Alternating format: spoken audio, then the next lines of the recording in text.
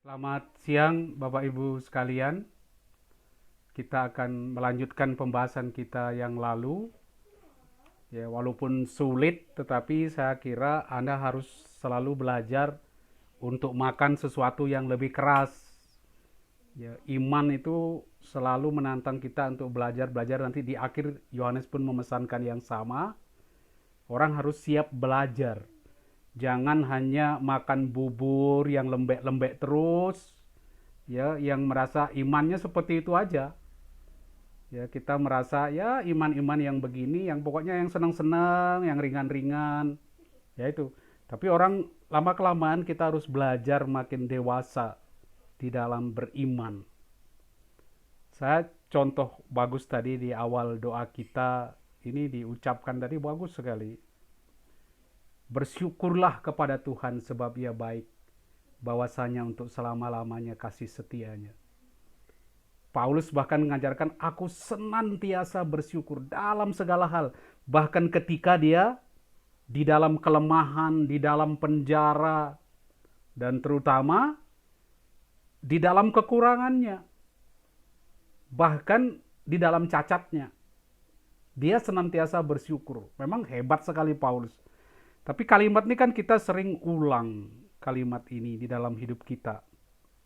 Saya tanya kepada Anda, bahwasanya itu artinya apa? Ada yang tahu itu? Bahwasanya itu apa sih? Ada yang tahu itu? Siapa yang tahu? Bisa jawab ini. Bahwasanya itu maksudnya apa?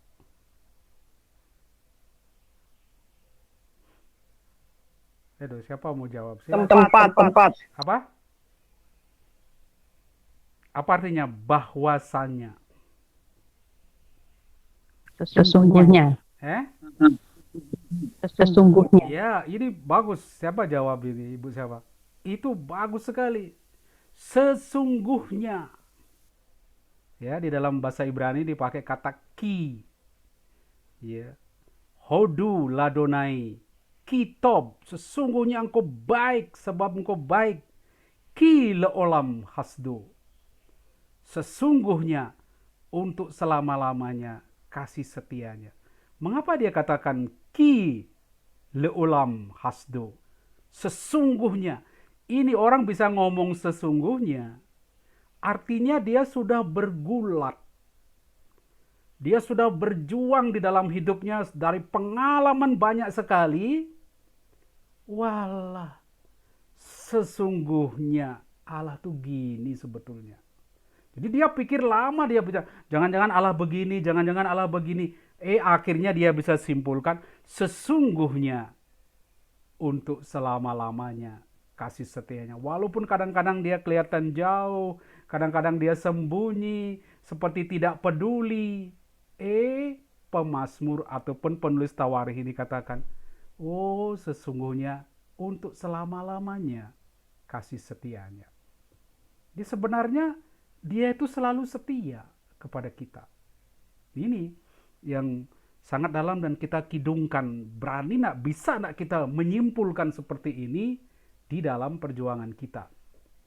Nah, kita kembali ke teks yang kita akan bahas, yaitu soal keyakinan di hadapan Allah dan nanti bagaimana membedakan roh.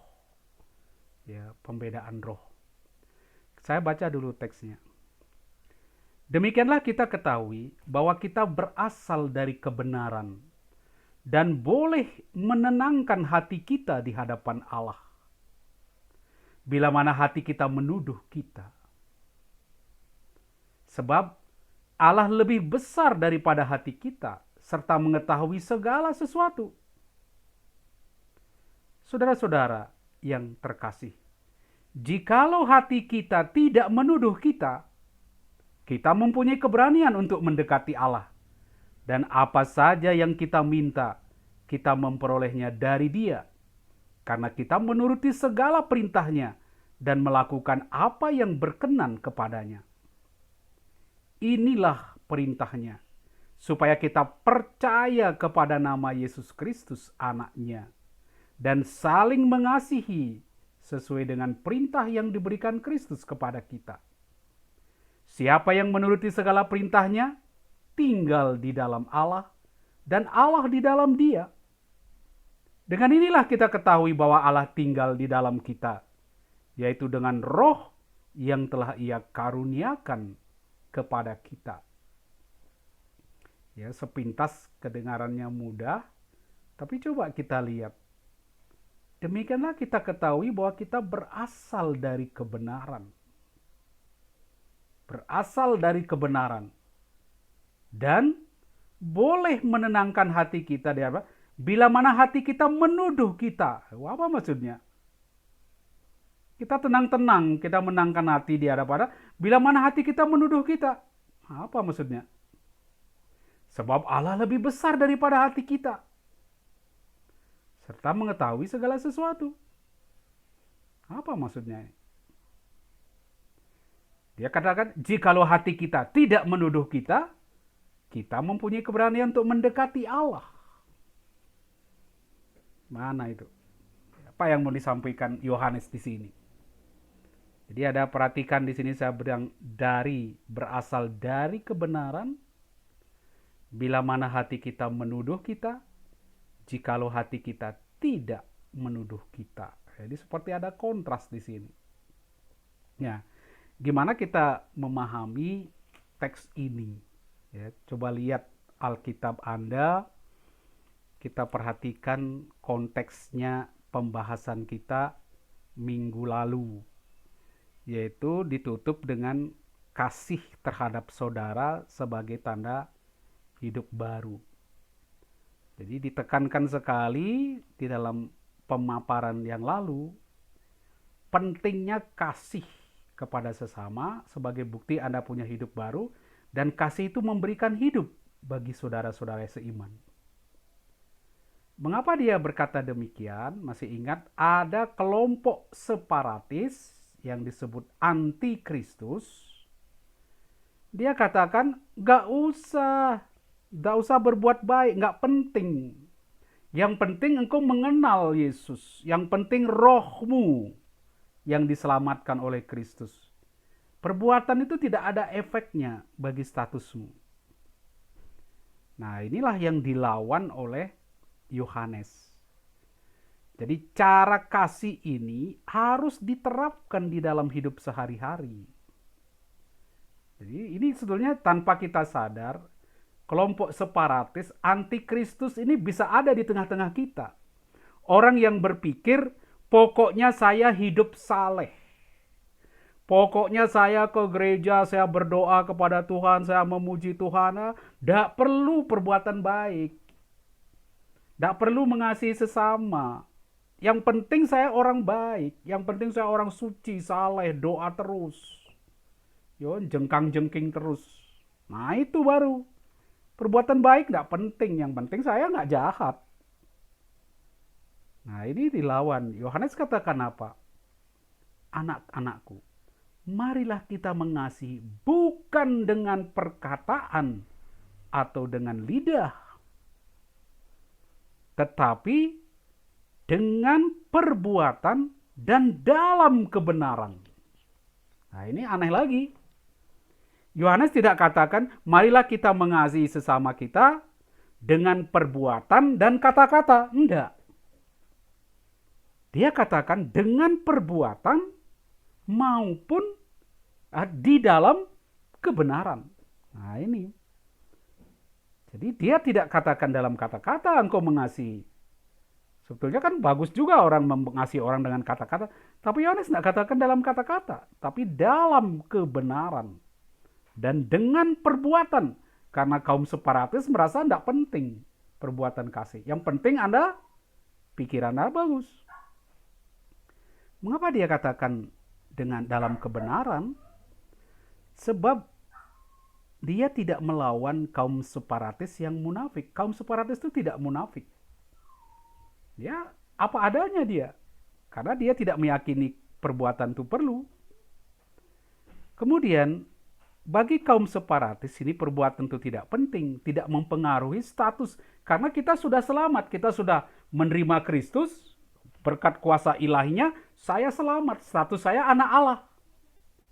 Dan dia katakan, kamu kalau sampai melakukan perbuatan-perbuatan dan berpikir dengan perbuatanmu itu kamu bisa jadi selamat, berarti kamu tidak yakin kamu itu anak Allah. Tidak yakin kamu sampai munting-munting berbuat sesuatu supaya bisa selamat.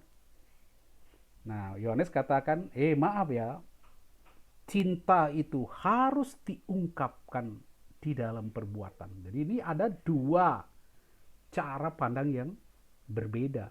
Satu dari antikris, satu dari guru Yohanes. Nah, lalu gimana? Orang Kristen tuh kan jadi ragu-ragu di dalam hidupnya. Kita pikir, saya ini kira-kira orang Kristen sejati atau bukan ya? Jadi kita bingung kita ini. Apa sih tandanya kalian tuh orang Kristen sejati atau bukan? Oh, karena saya rajin doa. Oh, karena saya rajin memberi. Oh, karena saya rajin membantu orang. Oh, karena saya aktif di dalam pelayanan. Apa itu tandanya?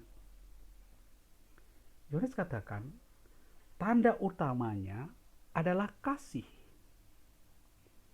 Ketika saya mau melakukan sesuatu, saya berbuat baik, saya mengunjungi orang lain dan sebagainya.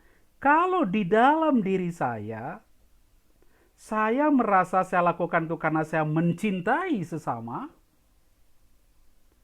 maka saya akan yakin hati Yesus itu ada dalam diri saya. Jadi kalau saya melakukan perbuatan suatu karya sosial, tapi karya sosial itu saya lakukan, ya karena kewajiban, kita harus wajib, kita sebagai manusia harus menolong sesama. Ya, saya tunjukkan kepada orang lain bahwa saya juga peduli kepada orang lain. Jangan sampai saya dikatakan, wah dia itu hanya pikir dirinya sendiri saja. Nah, kalau kita lakukan sesuatu dengan cara begitu, berarti di dalam diri saya tidak ada kasih. Saya lakukan ini karena kasih. Nah, ini bedanya di situ. Yohanes beri kriteria. Lihat dirimu, apa yang kau kerjakan di dalam dirimu ada tidak kasih? Kalau ada kasih, berarti Yesus ada dalam dirimu. Karena Yesus itu kasih. Berarti engkau ada di dalam kasih. Dan kasih ada di dalam dirimu. Allah ada di dalam dirimu. Nah, kemudian dia kembangkan lagi. Nah, jadi ini kita lihat kriteria ketika kita berbuat sesuatu. Ada enggak rasa kasih itu dalam diri saya? Kedua dia katakan, inilah tandanya anak-anak Allah dan anak-anak iblis. Setiap orang yang tidak berbuat kebenaran tidak berasal dari Allah. Demikian juga barang siapa tidak mengasihi saudaranya. Jadi dia harus melakukan kasih, melakukan kebenaran, dan kebenarannya apa? Tidak membenci. Contohnya ya. Jadi ini bentuk dari kebenaran itu, misalnya Anda tidak benci karena Anda mengasihi. Berarti Anda benar. Dengan kata lain, ada 3 hal yang penting sekali digarisbawahi oleh Yohanes di dalam hidup kita. Pertama, kasih. Kedua, kebenaran. Ketiga, terang. Ini identitas untuk Yesus Kristus. Yesus selalu menyatakan diri di dalam 3 ini. Karena itu kalau kita menganggap diri kita orang Kristen sejati, berarti 3 hal ini harus nyata dalam hidup kita. Ini prinsip yang harus menggerakkan kita ketika kita bergerak, bertindak. Jadi seorang misalnya tidak dapat mengklaim dirinya berada dalam terang kalau dia membenci saudaranya. Dia tidak akan bisa bilang saya mengasihi kalau dia membenci saudaranya. Jadilah kebenaran memanifestasikan dalam tindakan kebencian tidak bisa. Dia harus kasih. 3 ini berkaitan. Inilah tanda kita, 3 hal ini ditunjukkan oleh Kristus. Sekarang ketika 3 ini ada dalam diri kita, kita masuk ke pengetahuan kita yang katanya berasal dari kebenaran ini. Kalau kita tahu bahwa pengetahuan kita berasal dari kebenaran, maka jadi kita hidup dalam kebenaran, dalam kasih, dalam terang, Bahwa kita sekarang ini, hidup kita berasal dari kebenaran, artinya dari Yesus Kristus. Dari mana kita tahu? Dia selalu berkaitan dengan adanya apa yang disebut dua hal ini, dua kemungkinan ini. Pertama, bila hati kita menuduh kita, bila hati kita tidak menuduh kita. Nah, ini kok lucu, dua hal yang tadi yang bertentangan. Jadi kita berada dalam keadaan, apa tandanya di situ? Dia selalu menyangkut nanti hati kita menuduh kita atau hati kita tidak menuduh kita. Apa dalam konteks apa nanti?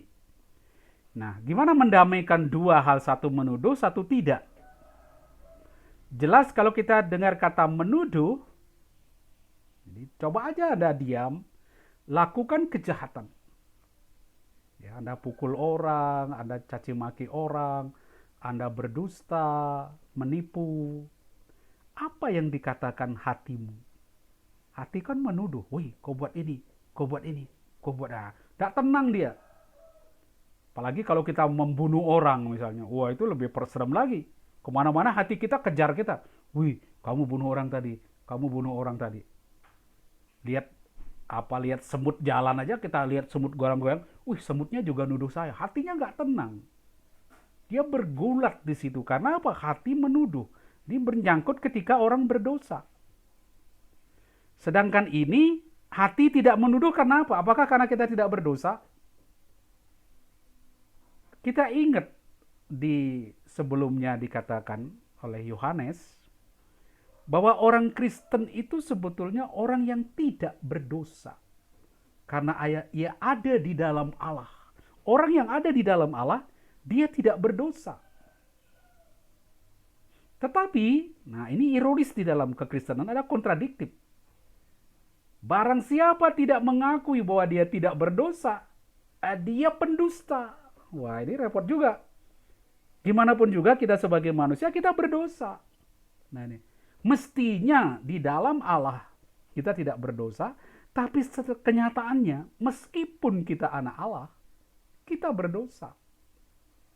Nah gimana mendamaikan dua ini? Mestinya tidak berdosa, tapi toh kita berdosa. Akhirnya hati menuduh kita. Terus katakan apa? Ya. Jadi ini ada prinsip yang disebut, supaya ini damai dua ini, ada prinsip internal dalam diri orang Kristen yang berstatus sebagai anak Allah.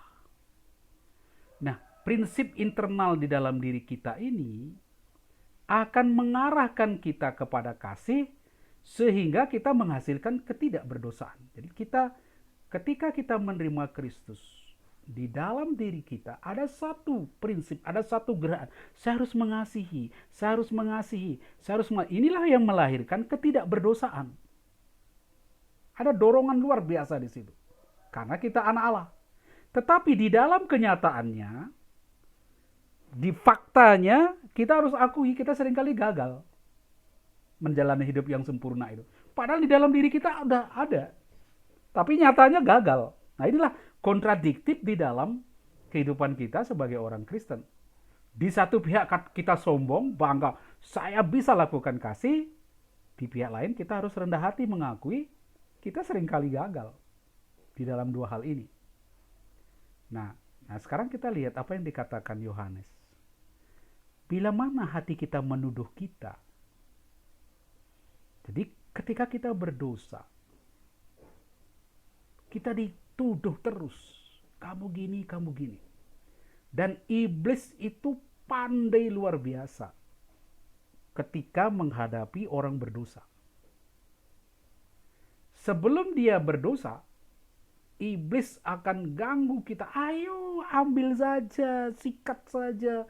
Itu enak. Macam-macam dia akan ganggu kita supaya kita mengambil. Begitu kita jatuh di dalam dosa, dia balik. Wah, kamu sudah rusak, kamu sudah hancur, kamu memalukan. Wah, sampai kita putus asa. Sampai kita merasa, waduh, udahlah. Sudah tergantung ini, sudah habis saja. Kita dibawa tenggelam sedemikian rupa, sehingga kita putus asa. Saya ini terlalu jahat. Tidak layak lagi bagi Tuhan. Sudah, saya nggak mau lagi dekat dengan Tuhan, saya sudah nggak benar, malu. Itulah dibuat oleh iblis di dalam hati kita. Tapi Yohanes katakan apa? Sebab Allah lebih besar. Engkau diberi ketenangan. Ketika hati menuduh engkau terus-menerus, engkau diberi ketenangan. Mengapa?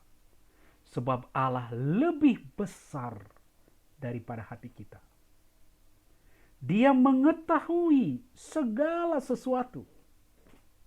Artinya apa?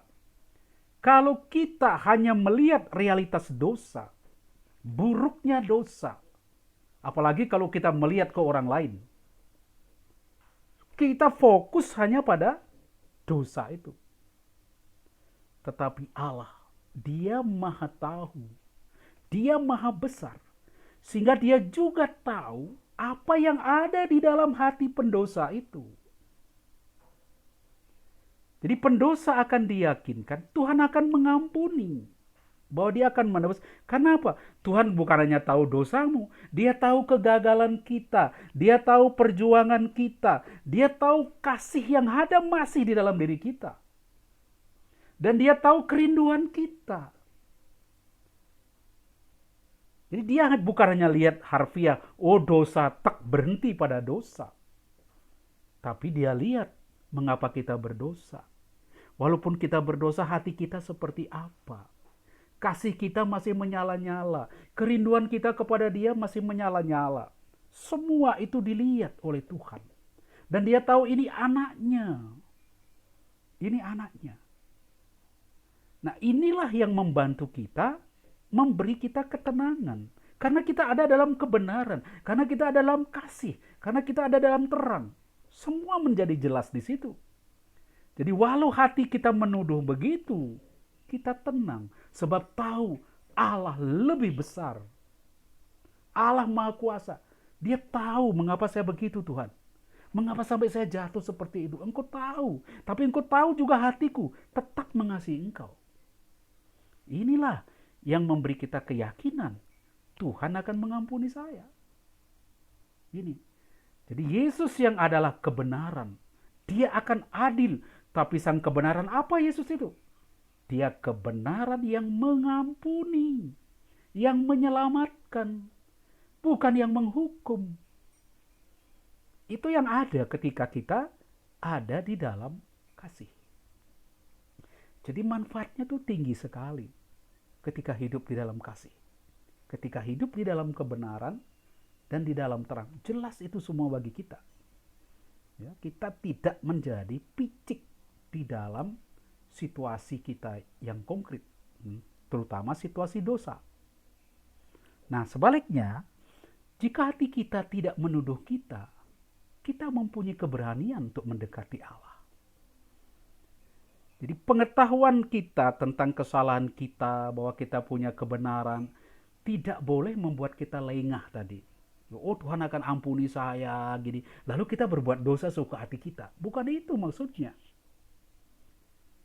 Kita dibimbing di situ bahwa tetap kita ini terus berusaha mencapai kesempurnaan. Yaitu hidup tanpa dosa. Itu yang mau kita raih. Tetap ada perjuangan. Dan ketika kita hidup tanpa dosa, tentu hati kita tidak menuduh kita. Ya, tentu hati kita ada. Tapi bahaya juga hati kita tidak menuduh kita karena kita kurang sadar akan dosa. Itu juga bisa buruk. Kita kurang menyadari dosa, hati kita nggak pernah nuduh kita, padahal kita melakukan dosa. Nah, di dalam situasi yang demikian, karena kita hidup di dalam kebenaran, dan kita selalu sadar, Tuhan itu maha besar. Lalu disitulah hebatnya orang Kristen, mempunyai keberanian untuk mendekati Allah. Ya, apa artinya keberanian ini?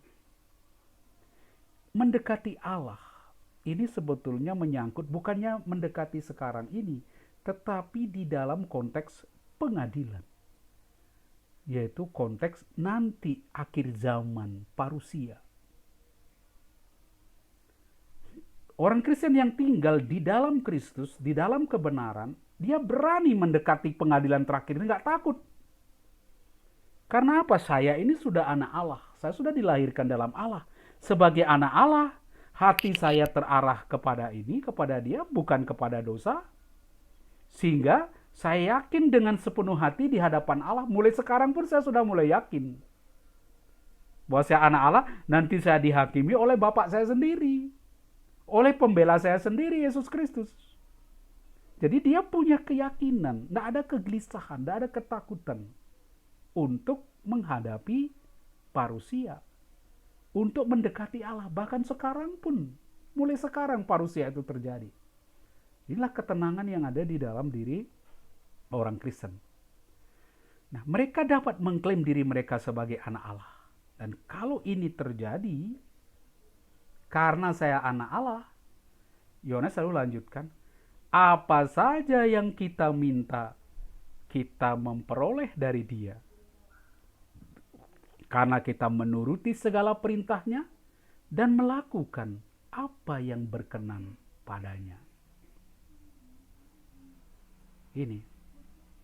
Jadi entah kita berbuat dosa lalu kita bertobat, atau kita nggak sadar kita berdosa, hati kita nggak nunduk, selalu kita punya keyakinan di hadapan, selalu kita berani kepada Dia memohon, ya, kepada Dia. Bila kita berbuat kasih, memberi kita, nah kita tidak sempurna tapi tahu Allah besar, maka kita merasa tentram lalu berani minta kepada Tuhan. Dan apa yang terjadi?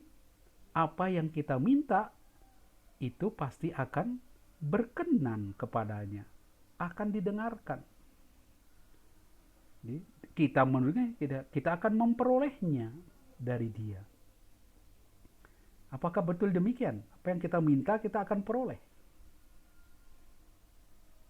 Ya, saya perbandingkan dulu dengan kelompok separatis. Apa perbedaannya? Jadi kaum separatis yang sudah memisahkan dari kelompok kita, komunitas kita, dia katakan jika mereka harus memperhatikan perbuatan mereka karena perbuatan tanda bahwa mereka berasal dari kebenaran, berarti mereka tidak benar-benar yakin bahwa mereka itu anak Allah. Kok masih ragu-ragu bahwa kamu itu anak Allah? Sehingga harus hidup dalam kebenaran, harus melakukan ini, perbuatan ini. Sekali lagi Yohanes katakan, seorang dilahirkan oleh Allah melalui iman akan Yesus Kristus.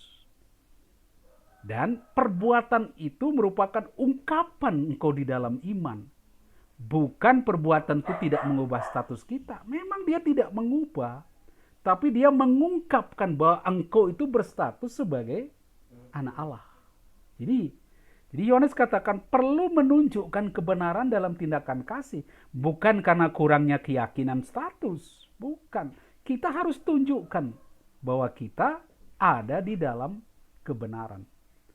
Nah, kalau ini terjadi, bagaimana permohonan kita, doa kita dikabulkan? Nah, secara psikologis dulu. Ini yang terjadi di dalam hidup orang Kristen. Ada orang yang begitu bersemangat dalam cara hidupnya, tapi sering nggak percaya bahwa Allah benar-benar bisa mengampuni.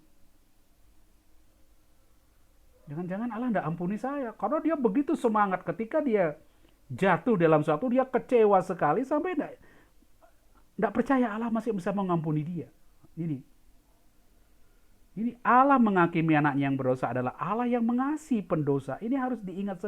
Jangan karena kita saking semangatnya, karena terlalu idealis, karena terlalu tinggi pemikiran kita, sampai pikir Allah tidak akan mau mengampuni kita. Ya, lihat kata-kata Nabi Hosea bagus sekali. Ya, Allah yang mengancam umat yang tidak setia, akhirnya berkata kepada Israel. Karena Israel itu bajingan sekali. Seperti perempuan sundal, Gomer. Sudah dinikahi, dia pelacur dinikahi, masih bersinah lagi. Sampai suaminya harus bayar dia supaya dia kembali. Dan itu gambaran Israel yang tidak setia kepada Tuhan. Tapi terhadap yang demikian, apa kata Allah? Bagaimana mungkin aku mengabaikan engkau, hai Efraim? Menyerahkan engkau, hai Israel? Bagaimana mungkin aku mengabaikan engkau seperti Adma? Membuat engkau seperti Seboim? hatiku berbalik dalam diriku, dan belas kasihanku serentak bangkit. Inilah belas kasih Allah kepada kita manusia. Walaupun hati kita musuh kita, kita berdosa, ya, dan seterusnya. Inilah istimewanya kasih Allah kepada kita. Di surat Ibrani saya tunjukkan bagaimana Allah yang kita coba sadari yang maha besar, yang maha tahu itu ketika kita berdosa. Setelah berbicara tentang perjanjian baru yang sedang pada pengampunan dosa yang telah disahkan melalui darah Kristus. Jadi ini ada perjanjian baru di dalam darah Kristus. Bukan lagi di dalam perjanjian Sinai dan darah binatang itu. Nah, ia mengatakan bahwa orang Kristen pun memiliki keberanian, keyakinan untuk masuk ke dalam tempat kudus. Jadi, orang yang hidup di dalam kasih, di dalam kebenaran, di dalam terang, tahu, mengenal siapa Allah itu, walaupun kita berdosa, kita tahu Allah lebih besar, maha tahu. Dia tahu apa yang ada di dalam diri kita, dia tahu bagaimana perjuangan kita, karena kita terus pasti punya keyakinan masuk dalam tempat kudusnya. Jadi saudara-saudara, kita sekarang dengan penuh keberanian dapat masuk ke dalam tempat kudus oleh darah Kristus. Karena ia telah membuka jalan yang baru dan yang hidup bagi kita melalui tabir, yaitu dirinya sendiri. Dan kita mempunyai seorang imam agung sebagai kepala rumah Allah. Jadi kita ingatkan dosa kita, mengakui dosa kita, merasakan getirnya berada di luar perjanjian. Namun kita ingat kekuatan tangan Allah dan besarnya belas kasihnya. Nah, itu yang selalu ingat ya, khususnya di masa Prapaskah ini, coba tumbuhkan itu. Allah yang terus menunggu kita, seperti dia menunggu anak hilang. Kapan anakku kembali? Dia tahu bagaimana pergulatan hati anaknya yang sebetulnya masih punya kasih kepada dia. Ya. Dan ini yang kita lihat di dalam ini, kemudian apa saja yang kita minta, kita memperoleh dari dia. Ini. Jadi ini indikasinya kalau kita itu di dalam Allah, apa saja yang kita minta, kita terima. Nah ini. Apakah kita mengalami hal itu di dalam hidup kita? Apa saja yang saya minta, sepertinya dikabulkan oleh Tuhan. Mengapa terjadi demikian? Karena kita menuruti perintahnya, melakukan apa yang berkenan kepadanya. Kalau kita melakukan apa yang berkenan kepadanya, kita pasti meminta apa yang berkenan kepadanya. Tidak mungkin kita meminta sesuatu yang tidak berkenan kepadanya. Kalau kata-kata, perbuatan, tingkah laku kita berkenan kepadanya. Oleh karena itu kita akan lihat, ketika saya meminta sesuatu kepadanya, apakah kata-kata saya, permohonan saya, harapan saya adalah sesuatu yang berkenan padanya. Kalau tidak, berarti saya tidak melakukan apa yang berkenan padanya. Saya dan dia berarti tidak sinkron di dalam hidup saya. Nah ini, jadi kadang-kadang permohonan kita membantu kita memahami apakah kita di dalam Kristus atau bukan. Apakah kita di dalam kasih atau bukan. Memohon. Dan lihat, kalau permohonan itu terpenuhi, kita menerima. Berarti saya memang di dalam kasih. Saya pernah ditegur oleh orang, jadi bukan ditegur, orang mengeluh kepada saya. Dia katakan, orang Katolik itu doanya kok minta saja. Mestinya kita bersyukur seperti dia. Bersyukurlah kepada Tuhan, bawanya kekal abadi kasih setia. Ini orang Katolik kok minta saja. Doa kok isinya minta. Saya katakan, ini bukan hal yang salah. kita harus berani meminta kepada Tuhan. Sebab meminta adalah bentuk dari syukur. Meminta dan bersyukur tuh bedanya tipis. Meminta dan memuji bedanya tipis. Lihat saja di Mazmur-Mazmur.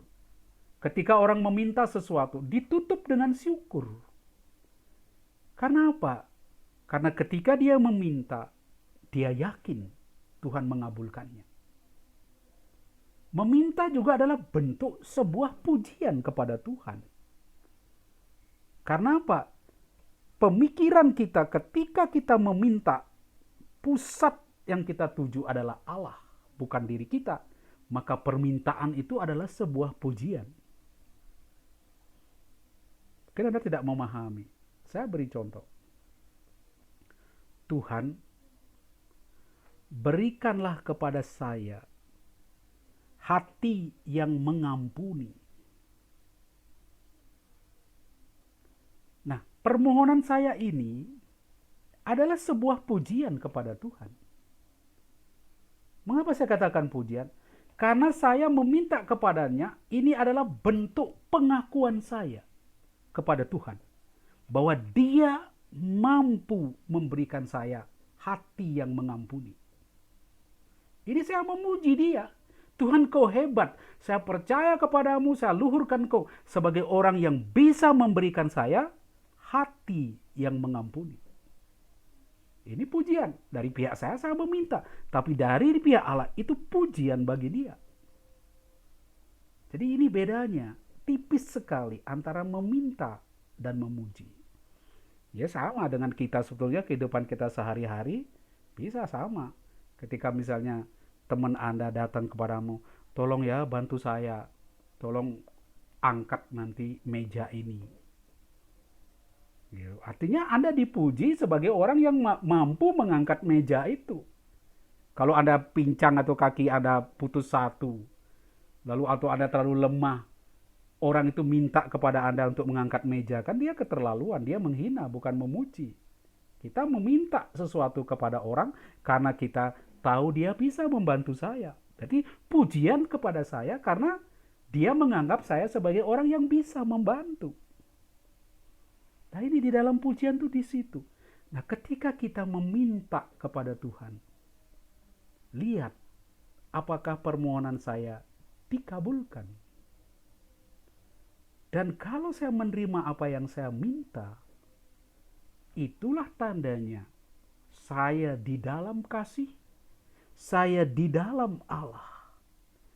Karena apa? Saya melakukan, mengatakan apa yang berkenan kepada Allah. Ya. Jadi ini berkorelasi sekali, dekat sekali.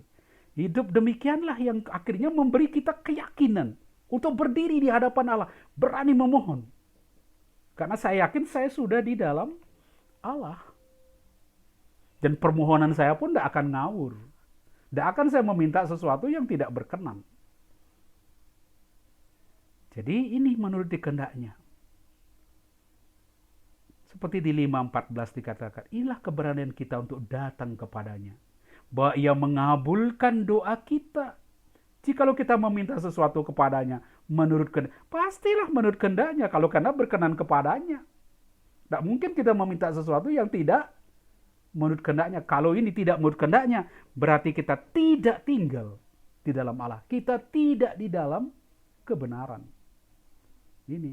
Jadi ini menurut kehendaknya apa? Yaitu perintah-perintahnya. Apa perintahnya itu? Yaitu tuntutan perjanjian. Kita mengasihi.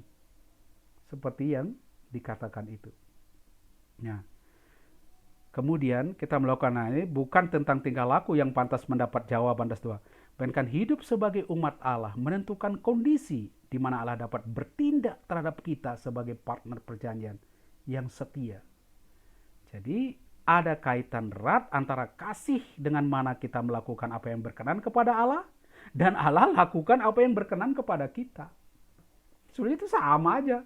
Karena kita melakukan apa yang berkenan kepada Allah, kita unjukkan kepada Tuhan, ya Tuhan lakukan apa yang berkenan kepada kita. Maka doa kita dikabulkan. Kita menerima apa yang kita mohonkan. Ya. Jadi inilah perlakuan ini betul-betul kita seperti anaknya. Kita jadi dengan Bapa itu seperti anak dan Bapa. Lihat apa yang dikatakan Lukas, Matius. Jadi jika kamu yang jahat tahu memberi pemberian yang baik kepada anakmu, apalagi Bapamu yang di surga. Ia akan memberikan baik kepada mereka yang meminta kepadanya. Bahkan dia akan memberikan yang baik. Dia akan memberikan roh. Ini korelasi di situ. Sebab aku berkata bukan dari diriku sendiri, tetapi Bapa yang telah. Tapi ini harus melakukan kehendaknya seperti Kristus kita. Makananku yang melakukan kehendak Dia yang mengutus aku dan menyelesaikan pekerjaannya. Ini kuncinya, melakukan apa yang berkenan kepadanya. Kalau begini ya pasti semua yang kita mohonkan dikabulkan. Kita akan menerima. Lihat Yesus ya, selalu berkata menurut kehendakmu. Maka kalau menurut kehendakmu pasti ya kehendak Allah terjadi, ya berarti itu dikabulkan. Ya, yang gitu. Jadi karena kata inilah merupakan kesatuan kehendak. Engkau telah mendengarkan aku. Aku tahu bahwa engkau selalu mendengarkan aku. Lihat kata-kata Kristus. Bapa, aku mengucap syukur kepadamu karena engkau telah mendengarkan aku. Dan aku tahu bahwa engkau selalu mendengarkan aku. Ini keyakinan itu di situ. Oke, apa saja yang kita minta kita peroleh.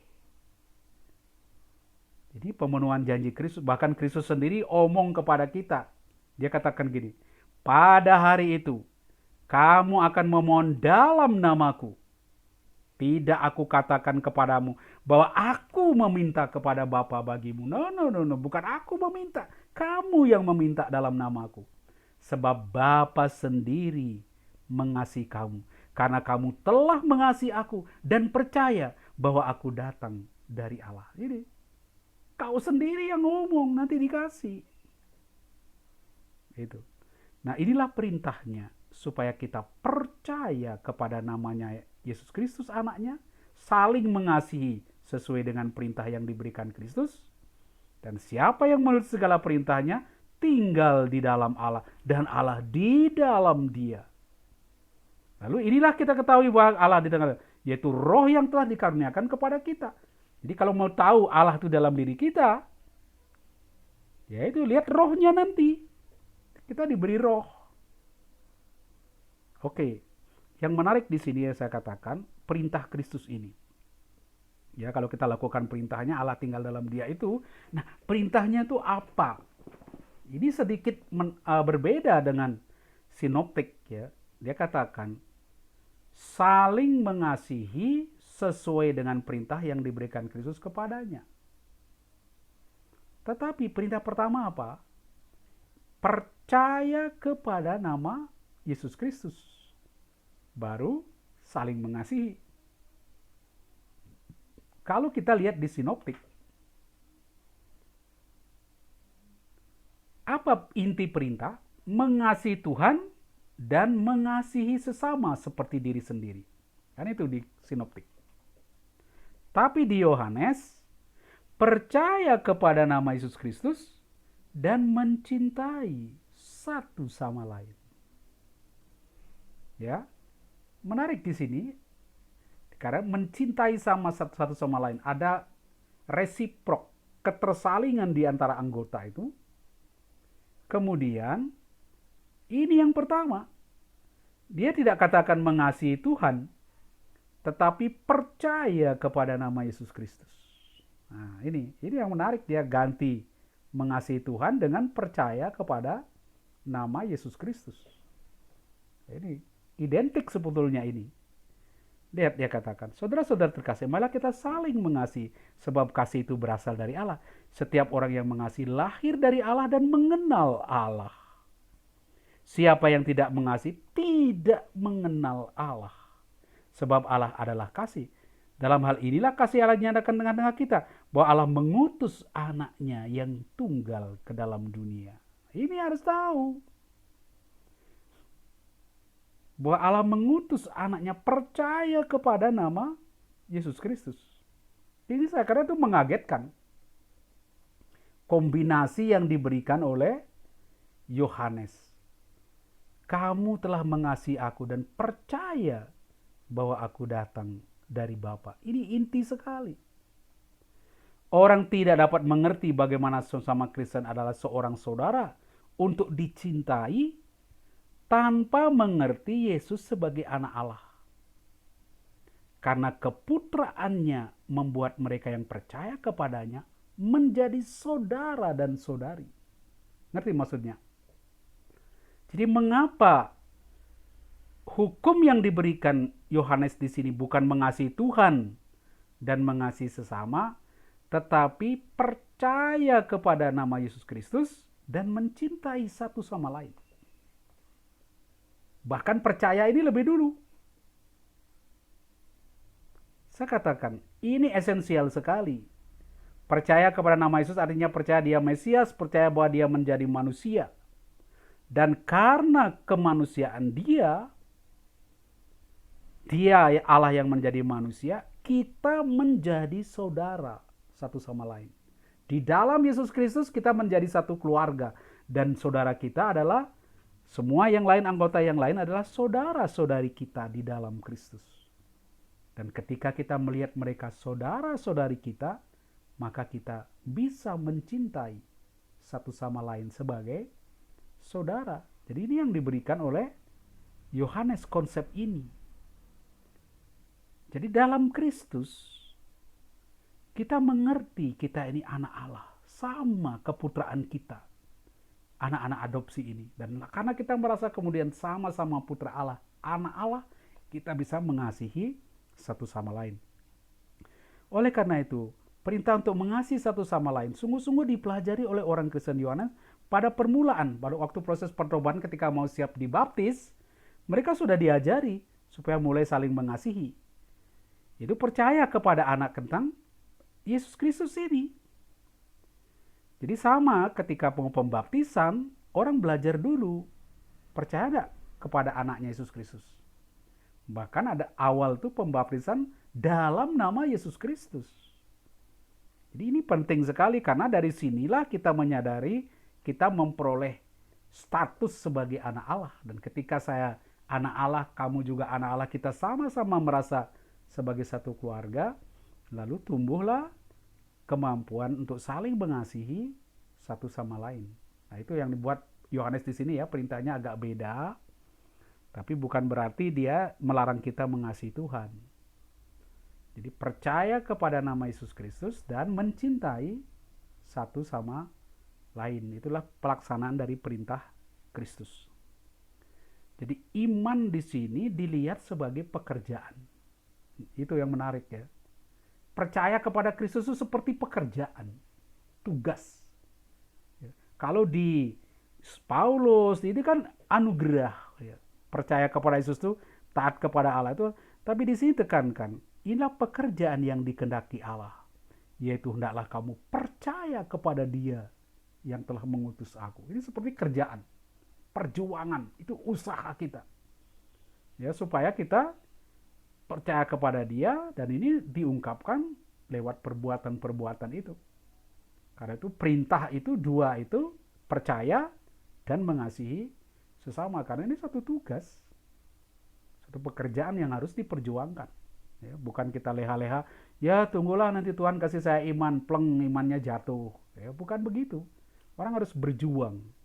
Orang harus berbuat sesuatu supaya memiliki iman itu. Iman memang anugerah, tetapi seperti tekankan Paulus, iman itu murni anugerah, tapi kalau tidak ada jawaban dari pihak manusia, kalau tidak ada tanggapan dari pihak manusia, ya, apa yang Tuhan berikan jatuh di tempat kosong, tidak ada gunanya.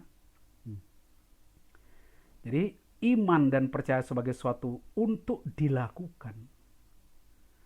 Teologi ini dibentuk dalam konsekuensi menuntut pengakuan publik.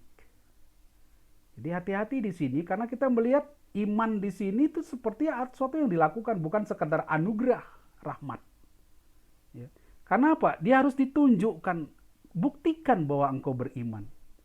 Nenek moyang komunitas Yohanes memaklumkan secara publik bahwa Yesus itu Mesias dan mereka diusir dari sinagoga karena pengakuan itu.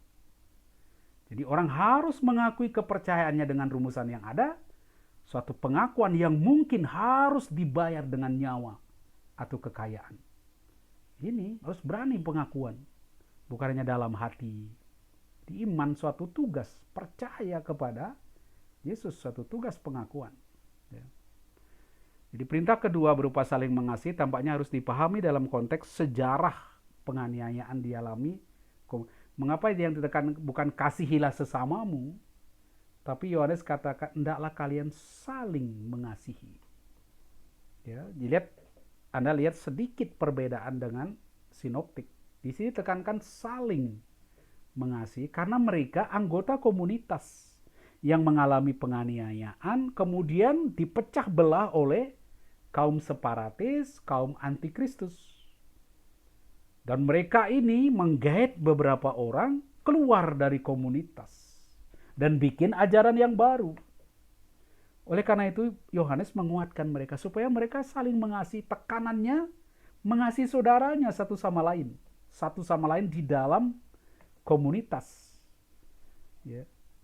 Bukan sampai keluar dulu tetapi di dalam komunitas. Nah, itulah sebabnya memang komunitas di Efesus itu sedikit berbau eksklusif, ya. Beda dengan komunitas di Antioquia yang didirikan oleh Barnabas dan Paulus. Mereka lebih terbuka, itu yang menyebabkan banyak orang-orang masuk berkembang menjadi Kristen bahkan nanti sampai ke Roma. Sedangkan komunitas di Efesus ini nanti hilang. Ya, kita tidak lihat banyak perkembangannya dari komunitas ini karena mereka memang tertekan di situ, ya, sehingga tekanan pada komunitas ini mengasihi satu sama lain, ya, supaya kokoh dulu di dalam. Jadi memang iman Kristen mulai dengan tindakan vertikal Allah yang mengirim anaknya lalu kita lakukan, sesudah itu apa yang kita lakukan satu sama lain. Jadi bukan berarti bahwa mereka tidak mencintai orang luar, tapi prioritas itu tekanan pada satu sama lain di sini. Nah, karena konteksnya memang di bawah tekanan itu. Nah, siapa yang menuruti Allah perintahnya tinggal di dalam Allah dan Allah tinggal di dalam dia. Dan inilah kita ketahui Allah tinggal di dalam dia, yaitu roh yang telah dikaruniakan kepada kita. Ya, ini dia akan memasuk ke tema berikutnya. Apa buktinya Tuhan tinggal di dalam kita dan kita di dalam dia? Yaitu karena ada roh yang dia karuniakan kepada kita. Jadi Tuhan memberikan rohnya dan roh ini memungkinkan kita melaksanakan perintahnya. Inilah hebatnya Tuhan. Dia berikan kepada kita perintah untuk dilakukan, tapi sekaligus memberi kita kemampuan untuk melakukan perintah itu. Apa itu? Rohnya ini. Jadi dia tinggal dalam diri kita tinggal dalam dia, kita bisa lakukan apa yang dia kehendaki. Karena apa? Ada roh ini. Roh yang memungkinkan kita melakukan. Roh inilah yang dikaruniakan kepada kita. Ini buktinya di situ. Ya. Jadi kita tahu ini di dalam ini kamu mengenal roh. Setiap roh. Ya, ini katakan lalu apa maksud Yohanes bahwa kita tahu bahwa Allah tinggal ini? Karena ada roh yang dikaruniakan. Bagaimana roh yang tidak kelihatan ini, tidak dapat dilihat atau dikenal ini, menunjukkan Allah tinggal di dalam diri kita. Kok bisa saya tahu? Oh, Allah tinggal dalam diri saya. Dari roh ini. Lalu rohnya mana? Rohnya juga tidak kelihatan. Nah, di Yohanes 4:23 dikatakan, dengan inilah kamu mengenal roh Allah. Bahwa ada roh yang tinggal di dalam kamu. Sebagai bukti kamu tinggal di dalam Allah apa? Setiap roh yang mengaku bahwa Yesus Kristus telah datang sebagai manusia berasal dari Allah. Dan setiap roh yang tidak mengaku Yesus tidak berasal dari Allah. Roh itu adalah roh antikristus. Dan tentang dia telah kamu dengar bahwa ia akan datang. Dan sekarang ini sudah ada di dalam dunia. Udah kita bahas minggu lalu. Sudah ada roh ini. Nah, ini ya sekarang bahwa bukti kita tinggal di dalam Tuhan. Dia katakan ada rohnya yang diberikan kepada kita. Kita mengenal roh Allah. Nah, dari sinilah kita masuk pada apa yang disebut discernment. Bagaimana kita melihat roh di dalam diri kita, dan kita yakin roh ini adalah roh Allah. Nah, gimana kita yakin di situ? Dan membuktikan kita tinggal di dalam Allah. Jadi ini yang disebut dengan pembedaan roh. Ya, saya akan masuk apa yang disebut dengan pembedaan roh di sini. Nah, ini katakan, saudara-saudara terkasih, janganlah percaya kepada setiap roh, tetapi ujilah roh-roh itu, apakah mereka berasal dari Allah. Sebab banyak nabi palsu yang telah bermunculan di sedunia. Dengan inilah kamu mengenal roh Allah. Setiap roh yang mengaku bahwa Yesus Kristus telah datang sebagai manusia berasal dari Allah. Dan setiap roh yang tidak mengaku Yesus tidak berasal dari Allah. Roh itu adalah roh antikristus. Dan tentang dia telah kamu dengar bahwa ia akan datang dan sekarang ia sudah ada di dalam dunia. Kamu berasal dari Allah, anak-anakku. Dan kamu telah mengalahkan nabi palsu itu. Sebab dia yang ada di dalam kamu lebih besar daripada dia yang ada di dalam dunia. Mereka berasal dari dunia. Sebab itu mereka berbicara tentang hal-hal duniawi. Dan dunia mendengarkan mereka. Kami berasal dari Allah. Siapa yang mengenal Allah, ia mendengarkan kami. Siapa tidak berasal dari Allah, ia tidak mendengarkan kami.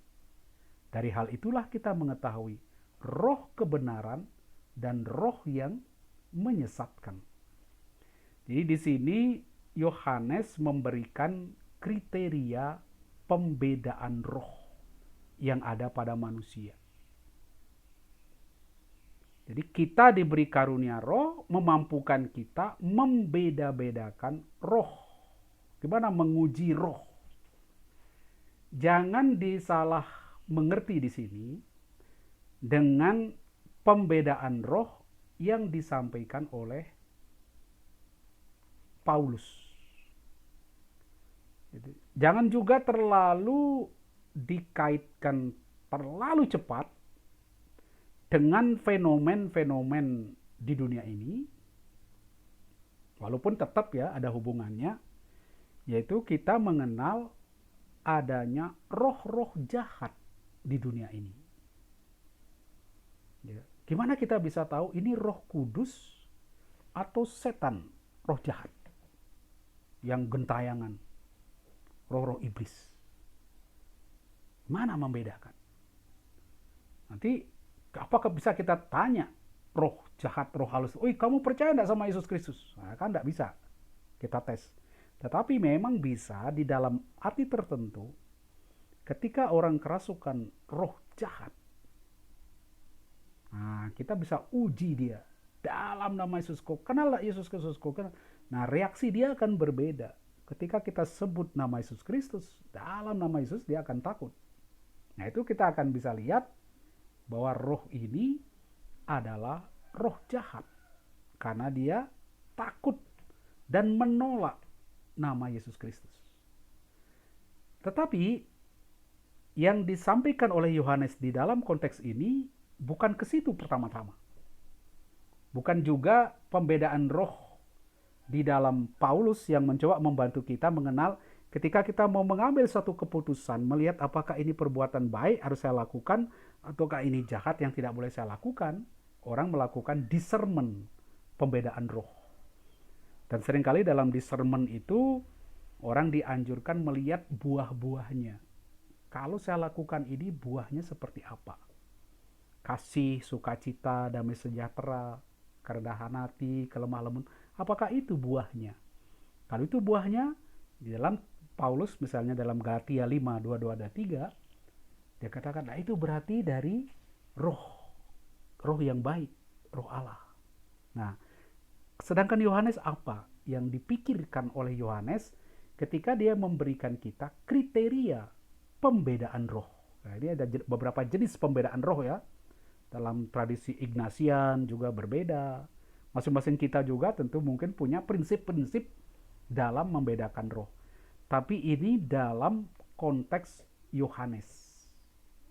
Dan ketika kita membaca discernment versi Yohanes, jangan pernah lupa konteksnya, yaitu dia menghadapi roh-roh dari antikristus, yaitu orang-orang yang memberikan pengajaran berbeda dan menarik orang keluar dari komunitas, memisahkan orang dari komunitas.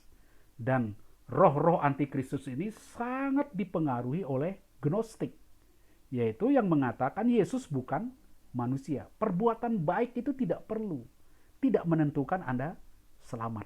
Nah, ini yang dibuat oleh Yohanes di dalam pembedaan roh yang dia bikin. Jadi dia katakan, nah, sudah saya tidak bahas panjang lebar ini, jadi dibagi dua berdasarkan tanda pemisah ini, yaitu katakan ini pertama, saudara saya kasih, ini membedakan dua roh yang menyatakan diri di dalam tingkah laku manusia. Jadi umum.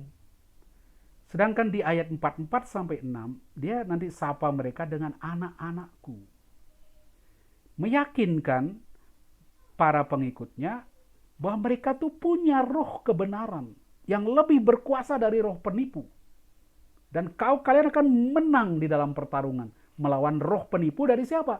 Dari kelompok kaum separatis itu. Jadi bukan dari iblis, roh-roh gentayangan itu, tetapi ini roh dari orang-orang di komunitas yang punya pengajaran berbeda. Nah, strukturnya bagus, saya tidak perpanjang ya, bagus sekali cara dia, teknik dia mengungkapkan gagasan ini. Lalu dia pusatkan ya, bagaimana kita menekankan bahwa kata-katanya berikut keluar dari kasih sebagai pelaksanaan ya. Sebab banyak nabi palsu yang telah bermunculan di dunia. Ini dia ingatkan. Ingat ya, sudah banyak nabi palsu. Itu pengajar-pengajar yang mengajarkan ajaran yang berbeda, ajaran yang sesat. Jadi banyak penafsir orang Kristen maupun bukan Kristen dikendalikan oleh nafsu dunia. Nah, tapi siapa ini? Sebenarnya ini adalah kaum separatis yang menipu, yang keluar dari komunitas. Itulah sebetulnya nabi-nabi palsu ini yang bermunculan dan melakukan sikap bermusuhan. Ini memang sangat menyedihkan. Di dalam komunitas Kristen yang terpecah, ada kelompok separatis beri pengajaran baru, Yesus bukan manusia, perbuatan baik tidak perlu, lalu dia mempengaruhi banyak orang, bawa orang keluar. Jadi meninggalkan komunitas menyatu dengan dunia, mereka menemukan rumah spiritual, yakni roh jahat, yang mengarahkan mereka menyimpang dari Yesus, bahkan menyangkal Yesus. Nah, ini disebut roh jahat akhirnya, ya, diidentikan dengan roh jahat. Dunia tempat mereka berlabuh dan menyatukan diri adalah realitas yang dikuasai roh jahat yang berperan sebagai penguasa. Nah, ini. Nah, Injil Yohanes dunia ini sebutan untuk orang menolak Yesus yang lebih menyukai kegelapan daripada terang. Jadi di Yohanes pun kita sudah melihat ada perbedaan dua kelompok ini. Dunia yang menolak dan dunia yang menerima, yaitu pengikut Yesus. Dan ini terjadi pertarungan, dan kalau kita lihat di dalam ini, nanti pertarungan paling seru nanti pada waktu eskatologis, di mana antikristus ini akan keluar, menggoda, menipu, menyesatkan, tapi dihabisi oleh Kristus. Itu pada pertarungan apokaliptik terakhir, ya, akhir zaman. Nah, kita fokus bahwa nabi palsu tadi, penyesat itu, roh separatis tadi adalah kaum separatis yang meninggalkan komunitas pergi ke dunia luar. Jadi mereka dikenal, jadi bukan sosok yang tidak kelihatan, jadi bukan roh halus nabi-nabi palsu ini. Nah, mengapa perlu kriteria untuk menguji roh mereka? Kenapa? Jadi ini pentingnya untuk menolong pengikut penulis melawan para separatis, menggoda mereka karena mereka mengklaim mempunyai roh Allah. Mereka mengklaim saya punya roh Allah, saya menyampaikan kebenaran. Tinggalkan komunitasmu ini sesat. Nah, itu mereka roh-roh antikristus ini. Nah, agar orang-orang terkasihnya, jadi para penulis ini ingin umatnya, Yohanes ingin jemaatnya ini, yaitu supaya menyadari mereka yang keluar ini. Bukan orang yang mengetahui Allah. Mereka ngomong aja tahu Allah punya roh, tapi sebetulnya bukan. Kalaupun mereka punya roh, roh mereka itu roh antikristus. Ini, karena itu dikatakan ujilah roh-rohnya, apakah mereka berasal dari Allah. Nah, sekarang dia berikan kriterianya. Dan kriterianya mudah sekali di dalam Yohanes ini, ya, agak berbeda dengan di Paulus ataupun di sinoptik. Dia katakan, gimana kita tahu bahwa roh itu berasal dari Allah dan bukan? Yaitu dengan, ini beda dengan karunia roh di Korintus yang saya katakan tadi, ya. Karunia-karunia roh antara lain membedakan roh.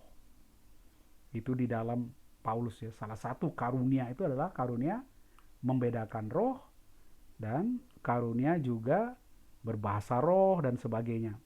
Tapi di Yohanes beda.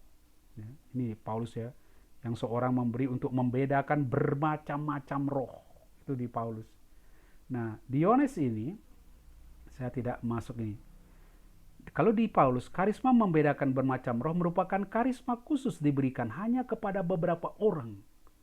Dan karunia itu bersama karunia lainnya untuk berasal dari roh yang sama dan untuk kepentingan bersama untuk membangun jemaat. Nah, di 1 Yohanes, setiap orang Kristen dapat menguji dan menemukan perbedaan dua roh ini. Roh jahat, roh antikristus, dan roh yang berasal dari Tuhan yang mereka terima. Jadi ada karisma nubuat. Bagi Paulus, karisma nubuat itu dibenarkan hanya untuk beberapa orang. Kalau Yohanes semua. Kenapa? Ditujukan kepada nabi palsu. Jadi apa? Karena itu, aku mau meyakinkan kamu bahwa tidak ada seorang pun berkata-kata oleh roh Allah dan berkata terkutuklah Yesus. Dan tidak ada seorang pun yang panggil Yesus adalah Tuhan selain oleh Roh Kudus. Sebenarnya ini kriterianya.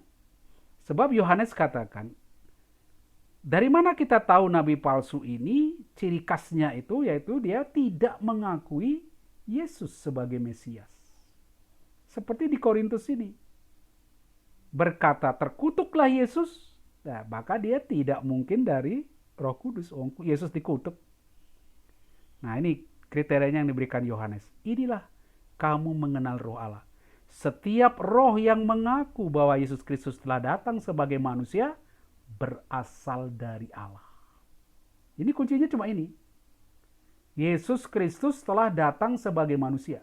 Kalau dia mengakui itu, berarti roh itu dari Allah. Dan apa? Berarti pula dia mengimani sama dengan iman Kristen. Dan setiap roh yang tidak mengaku Yesus tidak berasal dari Allah. Kalau dia mengaku Yesus. Roh itu adalah roh antikristus. Dan telah itu kamu sudah dengar. Sudah ada sekarang di antara kamu. Jadi dia tidak percaya Yesus itu manusia. Tidak mengaku Yesus. Perbuatan Yesus kematian di salib tidak ada gunanya. Ini, jadi dia mempertentangkan antara kaum separatis dan kaum ini. Jadi pusat perhatian pada roh itu bekerja pada masing-masing kelompok. Nah, supaya ada waktu saya akan cepat akhiri. Jadi kuncinya di sini. Pentingnya orang mengetahui ajaran tentang Yesus. Siapa Yesus? Bahwa dia Allah yang menjadi manusia, dia sungguh-sungguh manusia. Sungguh-sungguh menjadi manusia, dan dengan kemanusiaannya, dengan perbuatan-perbuatannya, dengan kematiannya di salib dan kebangkitannya, dia menebus. Dan semua orang yang masuk menjadi anggotanya, yang membuat Yesus tinggal di dalam dirinya, dan dia tinggal di dalam Yesus, dia harus melakukan hal yang serupa. Mengasihi sesamanya, memberikan diri bagi sesamanya. Itulah yang mewarnai setiap orang. Tapi beda dengan roh antikristus, dia katakan, oh Yesus tidak jadi manusia. Oh, tidak perlu perbuatan baik di sini. Kamu tuh sudah anak Allah, kamu tuh sudah hebat. Nah, inilah kriteria-kriteria yang diberikan. Ini mudah sekali membedakan. Tapi yang penting bagaimana bagi kita sekarang? Kan kita sudah percaya Yesus itu adalah anak Allah. Bahwa Yesus sungguh-sungguh menjadi manusia. Apa yang bisa kita pelajari dari kata-kata ini? Ya, ini yang saya katakan persoalan. Apa yang kita bisa pelajari? Pentingnya ketika kita beriman, harus ada pengakuan iman. Siapa Yesus? Kadang-kadang pengakuan itu menuntut pengorbanan, atau mungkin bisa membahayakan seseorang. Karena apa? Bisa jadi kalau kita tidak mengakui iman itu, adanya pengakuan iman itu, bisa jadi orang mengakui iman yang lain, sehingga kita perlu waktu. Nah, di dalam pengakuan iman ini, ketika kita membedakan ini, kita lalu sadar. Saya katakan, kita sadarnya apa? Bahwa kita Yesus katakan, aku telah semua ini kukatakan kepadamu supaya kamu beroleh damai sejahtera. Dalam dunia kamu menderita, tapi kuatkanlah hatimu. Aku telah mengalahkan dunia. Yesus menjamin kalau orang mengakui dia akan menang mengalahkan kekuatan-kekuatan roh lain. Tapi bagi kita pelajaran yang dapat kita ambil dari kesimpulan ini, pentingnya mendengarkan. Sebab itu mereka berbicara dan dunia mendengarkan mereka. Siapa yang kita dengarkan? Itu penting sekali di dalam beriman. Jangan sampai kita salah mendengarkan, sehingga kita digiring pada hal yang berbeda. Komunitas itu bisa mendapat pendengaran dari otoritas yang benar, bisa pengajaran dari yang salah. Nah, inilah Yohanes katakan kepada mereka, adanya rumusan pengakuan iman. Jadi orang perlu belajar di dalam beriman, perlu mendengarkan. Siapa yang kita dengarkan di sini? Jadi singkatnya, setiap orang yang berasal dari kebenaran mendengarkan suaraku. Yesus sendiri berulang-ulang kali. Jadi mendengarkan Yesus merupakan kriteria menjadi milik Allah. Penting siapa yang kita dengarkan. Mendengarkan komunitas yang memberi kesaksian tentang Yesus adalah kelanjutan kita. Terutama sejak objek pengakuan adalah Kristus Yesus datang dalam daging. Kita di dalam gereja itu punya rumusan-rumusan pengakuan iman. Supaya apa? Jangan sampai kita masuk ke dalam kesesatan, mendengarkan yang lain daripada isi pengakuan iman itu. Jadi begitulah Bapak Ibu sekalian, di dalam beriman kita perlu mendengarkan dan perlu tahu isi iman yang benar itu. Jangan sampai itu membuat kita tidak tinggal di dalam Allah. Nah, mudah-mudahan lewat pengajaran-pengajaran yang saya berikan, pengajaran-pengajaran dari Bapak Uskup, ya, dari otoritas-otoritas gereja, magisterium, Anda dengarkan itu, membantu Anda punya pemahaman yang benar. Karena iman itu membutuhkan pengetahuan. Komunitas Yohanes sudah menunjukkan kepada kita, ketika kita kurang pengetahuan, kita bisa digiring oleh antikristus yang memberi pengajaran seakan-akan juga datang dari Allah, padahal membawa kita jauh dari Allah. Ya, mudah-mudahan lewat ini Anda bisa melakukan juga nanti pembedaan roh, ya, selain ya saya katakan tadi bisa tinggal dalam Kristus, tinggal dalam Allah yang melakukan apa? Kasih, kebenaran dan terang hidup di dalam itu. Dan itu membuat kita tenang. Ya, sekian, mungkin ada pertanyaan atau ada tanggapan, silakan. Ini ada satu pertanyaan, Pak Pascalis. Allah itu kasih. Kita pun harus penuh kasih. Karena kita taat kepada Allah. Tetapi dalam hidup terkadang kita bertemu dengan sesama yang mencobai kemampuan kita dalam secara rohani kita tahu kita harus mendengarkannya. Tetapi secara manusiawi kita butuh proses untuk menghadapi orang tersebut. Bagaimana cara menghadapinya sesuai dengan keinginan Allah? Apakah menghindar sebisa mungkin atau diam saja pada saat tidak nyaman? Boleh share pengalaman dari Bapak? Ya, jadi itu sebenarnya menurut saya agak mudah dari pengalaman saya. Misalnya ada orang yang benci kita nggak enak orang. Saya selalu punya prinsip begini. Saya mencintai orang lain karena Allah tinggal di dalam diri saya tinggal di dalam Allah. Saya mengasihi Allah dan mengasihi sesama saya. Saya mengasihi sesama itu bukan karena sesama saya itu layak dicintai. Prinsip saya itu gitu. Karena Allah mengasihi saya bukan karena saya layak dikasihi. Saya bajingan, saya jahat tapi tetap dikasih. Nah, saya ingin seperti Allah. Saya mengasihi sesama saya bukan karena dia layak dicintai. Kalau saya pikir, siapa yang layak dicintai? Pasti ada aja kekurangannya kan? Ini kurang ini kurang. Nggak ada orang yang layak dicintai. Itu di otak saya. Tetapi saya mengasihi mereka. Bukan karena mereka layak saya cintai, tapi karena apa? Karena Allah mengasihi dia. Nah, Allah mengasihi dia, Allah tinggal di dalam diri saya, ya otomatis dong, saya mengasihi dia. Jadi saya nggak pusing kau tuh layak dicintai, kau bajingan, kau bagus. Nggak penting. Yang penting apa? Saya mengasihi dia. Kalau saya kejar, orang ini itu. Nggak jadi saya mencintai dia. Karena terlalu banyak yang nggak layak dicintai kan? Poin-poinnya. Udah buang aja. Saya lihat Allah, lu saya kayak gini dicintai. Orang gitu dicintai Allah.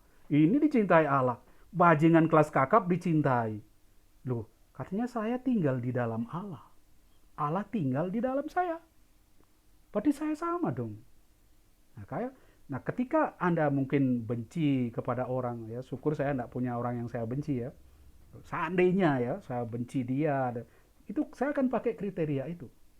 Saya mengasihi dia, saya kasih kamu. Bukan kamu layak saya cintai. Saya tahu kamu tidak layak saya cintai. Tapi oke, saya akan cintai kamu. Karena apa? Allah cintai kamu. Jadi gak perlu banyak teori. Gak perlu cari banyak alasan untuk mencintai orang. Gak perlu. Jadi siapapun bagi saya akan cintai. Jadi saya terus terang ada satu orang dekat-dekat di sini itu luar biasa, kalau boleh saya katakan tuh jahat luar biasa. Banyak orang tidak suka kepada dia, termasuk mungkin perlakuannya kepada saya. Tapi saya selalu mengasihi dia. Istri saya marah-marah, kamu dengan orang itu nggak usah lah gitu. Saya bilang, kenapa? Kita tetap mengasihi, nggak apa-apa. Dia jahat nanti lama-lama lah malu sendiri. Nah itu pokoknya kita terus saja mengasihi. Dia jahat ya kita kasih terus, jadi lama-lama lah malu sendiri. Ya. Itu akhirnya prinsip itu kita pakai dan kita hidup. Saya katakan tadi, kalau engkau hidup di dalam kasih, kasih itu tenang, memberi kita ketenangan. Karena apa? Ketika kita berbuat dosa, kan kita juga berbuat dosa kan? Seperti dia, kita juga pasti lakukan kesalahan. Kita tidak akan, kan tadi Pak Yohanes katakan, hatimu akan menuduh kamu. Besar kamu jalan loh, kamu bersalah. Nah, nanti kita tidak stres dituduh-tuduh gitu. Waduh, saya sudah adalah kalau gitu saya putus asa, sudah kadung jahat gini. Enggak. Saya ingat, Tuhan tuh jauh lebih besar dari saya. Dia jauh dia tahu kenapa teman yang saya benci itu jahat gitu. Tuhan jauh lebih tahu. Ada sebabnya. Mungkin dia ada luka batin, tapi dia tetap mengasihi Allah. Tuhan jauh lebih tahu. Nah, mengapa saya tidak masuk ke cara pikir yang demikian? Mengapa saya juga tidak masuk ke cara berpikir saya mengetahui mereka? Ada apa dengan mereka? Kenapa mereka sakit hati? Kenapa mereka iri hati? Kenapa mereka benci? Apakah betul-betul mereka benci? Atau ada sesuatu? Nah ini, tidak menghakimi orang hanya dari sisi seperti Allah. Ketika saya berdosa, dia hanya tidak, kamu dosa, enggak. Dia lihat hati saya. Pas kali ternyata kamu masih sayang saya ya. Nah ini, dia nggak pikir hukum saya. Kalau dia hanya pikir dosa saya, hajar saya selesai. Tapi dia lihat hati saya. Dia lihat kerinduan saya. Nah di situ ada ketenangan. Tuhan akan ampuni saya. Karena dia memang hakim. Tapi hakim yang menyelamatkan, bukan hakim yang memasukkan saya ke neraka. Dia pembela saya, hakim yang membela saya. Yesus itu kan hakim, tapi kan dia pembela saya. Dan dia saudara saya. Masa saudara saya gitu? Nah ini, ada keyakinan di dalam hati kita. Nah ini, dengan sikap itu saya kira kita meniru Tuhan, meniru cara pikir yang luas. Itu mungkin ya, bagi saya iya, tapi mungkin bagi kalian yang mengalami itu pelan-pelan bisa membantu. Ya, ketika menghadapi orang yang membenci kita, yang tidak suka pada kita, kita selalu beri energi positif lah sama mereka. Tetap baik, kita sapa, saya nggak bosan ya apa, biar saya nggak dijawab nggak apa-apa. Nanti berkatnya balik ke saya kan, salamnya balik ke saya. Ya, nggak apa-apa, gitu. Jadi jangan berhenti di situ. Nah, kalau saya itu prinsipnya. Ya, silakan mungkin bisa ditanggapi. Jadi memang kita terus berjuang di situ kan, supaya kita hidup sesuai dengan kehendak Dia, sama seperti Dia. Tapi untungnya kita diberi roh di dalam hati kita ya, di dalam diri kita. Itu juga harus menimbulkan keyakinan.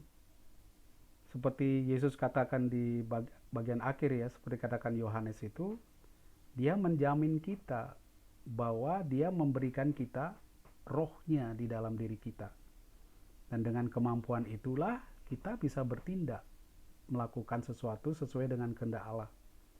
Mungkin saya sudah beberapa kali katakan kepada Anda, Tuhan kalau memberikan perintah kepada kita, Dia sudah memberikan kepada kita kemampuan untuk melakukan perintah itu. Itu hebatnya Tuhan. Beda dengan kita mungkin ya. Kita kalau memerintahkan orang, kamu pergi ke sana, ayo bawa surat ini. Ya kita tidak kasih dia sepeda motor, kita tidak kasih dia uang apa, di gimana. Jadi orangnya bingung di jalan kaki, kapan sampainya dia mesti bingung. Beda dengan Tuhan, ketika Dia memberikan kita perintah, lakukan ini, lakukan itu. Dia terlebih dahulu memberi kita daya, memberi kita kemampuan untuk melakukan itu. Sehingga perintah itu bukan perintah kosong, tapi perintah yang bisa dilaksanakan. Nah itu keuntungan kita. Nah sekarang persoalannya, apakah kita menyadari kekuatan-kekuatan yang Allah berikan kepada kita untuk melakukan perintahnya? Kan itu yang seringkali tidak kita sadari, tidak kita ketahui. Dan Yesus sebenarnya jamin, aku telah mengalahkan dunia, aku telah memberikan itu, aku telah berikan rohku padamu. Tapi rohku ini kamu manfaatkan enggak? Ya, kayak tadi saya beri kau sepeda motor nih Pak, pergi untuk nganter surat. Tapi sepeda motornya nggak dipakai. Ya gimana? Kan nggak terjadi. Itu yang perintah-perintah Allah itu, maka Yohanes katakan perintah Allah itu tidak berat. Karena kita sudah diberikan daya itu, tapi dia menjadi sangat berat karena kita tidak melihat daya yang Tuhan berikan kepada kita. Gitu. Ya. Alkitab itu namanya Alkitab, the book ya, satu buku kan. Tapi dia terdiri dari banyak buku. Nah, banyak buku itu memiliki kesatuan. Kesatuan apa? Sejarah keselamatan yang diberikan kepada manusia oleh Allah. Karena itu, ketika kita membaca satu teks, kita harus melihat teks ini di dalam keseluruhan Alkitab. Hati-hati, jangan mencopot satu teks, lalu teks itu satu-satunya yang benar. Ya. Oleh karena itu kita harus lihat juga teks lain. Misalnya, ketika Allah bicara tentang doa, ada berapa banyak ajaran tentang doa. Ya kan? Jadi jangan kita paku, oh hanya di sini. Karena ajaran-ajaran itu sering diberikan di dalam konteks-konteks tertentu. Ya, ketika orang tidak mau minta, diam aja. Yesus katakan, kenapa kamu tidak pernah berdoa sampai sekarang tidak pernah meminta? Mintalah dalam namaku. Di satu pihak katakan, mintalah kepada Bapa, katakan ini. Di pihak lain katakan, jangan meminta, Tuhan sudah tahu semuanya. Ya, macam-macam. Karena itu lihat konteksnya. Apa yang terjadi? Kepada orang yang tidak pernah minta, diam aja. Perlu kita katakan, minta, jangan diam aja. Mungkin saya katakan tadi, meminta itu juga memuji. Coba kamu tidak pernah minta sama Tuhan, kamu tidak pernah mengakui Dia hebat. Kamu tidak pernah minta minta kuasa Tuhan ya untuk mengalahkan. Kamu tidak pernah minta supaya lulus ujian misalnya. Kamu tidak pernah mengakui Roh Kudus itu bisa memberi karunia pengetahuan. Nah itu. Tapi ketika kata minta apa tuh, Tuhan berikanlah aku pengetahuan, berarti kamu mengakui dia. Itu pujian. Nah itu, jadi kita harus lihat ketika membaca sebuah teks, jangan katakan, oh ini loh, berarti tidak usah ngomong lah, tidak usah minta, Tuhan sudah tahu semua. Coba lihat yang lain. Yang lain apa? Mintalah maka kamu akan diberi, ketuklah maka, lah itu gimana? Jadi lihatlah ada banyak pelajaran tentang doa. Nah sekarang masing-masing orang menangkap itu sesuai dengan konteks dia. Ya ketika dia merasa sudah oke-oke aja, yang penting apa, memuji dan bersyukur kepada Tuhan, jadi sudah dia puji, ikut mazmur. Ketika dia ingat Yesus gimana, ya sudah Bapa kami aja, ya sudah doa Bapa kami kan, kalau engkau berdoa, berdoalah demikian. Yesus kan aja doa Bapa kami. Emangnya kita doa tiap hari cuma Bapa kami kan, enggak kan? Juga ada doa spontan. Jadi ada banyak aturan-aturan, ajaran-ajaran tentang doa. Satu sama lain saling melengkapi. A benar, B juga benar. C benar, D juga benar. Kenapa? Karena Allah itu luas sekali. Allah itu bisa A, bisa B. Bisa menghukum, bisa mengampuni. Bisa adil, sekaligus berbelas kasih. Nah gimana? Katanya Tuhan itu adil. Jangan lupa ya, dia juga berbelas kasih. Nah gimana? Itu Allah tuh jauh melampaui kita, sehingga cara kita berelasi dengan dia juga variatif. Cara kita berdoa juga variatif. Ada yang doa hening. Yesus cuma gitu. Oke, tidak masalah. Ada yang lain ngoceh, teriak-teriak, jingkrat-jingkrat juga oke. Ya. Jadi kita tidak usah fanatik hanya satu bidang. Ya. Dan masing-masing saya katakan tadi punya nilainya. Punya nilainya, ada waktunya. Mana yang terbaik bagi kita. Dan kita bisa pilih itu. Kita bisa pilih itu tergantung gimana situasi kita di dalam relasi kita dengan Tuhan. Ya, orang yang merasa sudah mantap sekali, wah saya tidak perlu ngomong banyak. Saya meditasi aja, diam, tarik nafas. Ya silakan. Ya, tapi ada yang lain, ada kesempatan tentu kita harus ngomong. Katanya kamu butuh sesuatu. Lah kamu tidak pernah ngomong, saya tahu kok butuhanmu. Tapi kamu tidak pernah ngomong, ya saya sudah. Mungkin kamu nggak, saya tahu kamu perlu ini, kamu perlu A, perlu B, tapi kamu diam aja. Ya sudah, saya nggak kasih. Nah, kayak itu kan bisa kan? Itu variatifnya tuh di situ. Jadi saya kira ajaran-ajaran tentang doa itu sangat kaya di dalam kitab suci. Ya, bukan hanya satu tapi banyak. Dan masing-masing kita bisa belajar fokus di mana, fokus di mana. Itu bisa. Yesus pun di dalam Alkitab itu, di dalam Perjanjian Baru kan banyak. Dia guru, dia juga gembala, ya, dia penebus. Nah kita mau pilih di mana? Oh saya suka Yesus penebus, ya sudah. Nikmati Yesus penebus. Oh saya sunatnya dia gembala. Oh gambaran saya silakan. Maka kaya sekali di dalam teks kitab suci itu, dan kita bisa memfokuskan diri di mana tanpa mengabaikan yang lain. Tanpa mengabaikan yang lain. Jangan hanya katakan, oh Yesus itu gembala, yang lain dia bukan guru, dia gembala. Nah nggak bisa kan? Dia juga gembala. Nah berhala itu di situ. Mengatakan Yesus gembala, tapi ketika orang lain mengatakan dia guru, Anda bilang itu bukan Yesus. Nah, itu keliru lagi. Ya, karena dia juga guru itu. Oke, kurang lebih seperti itu. Ya.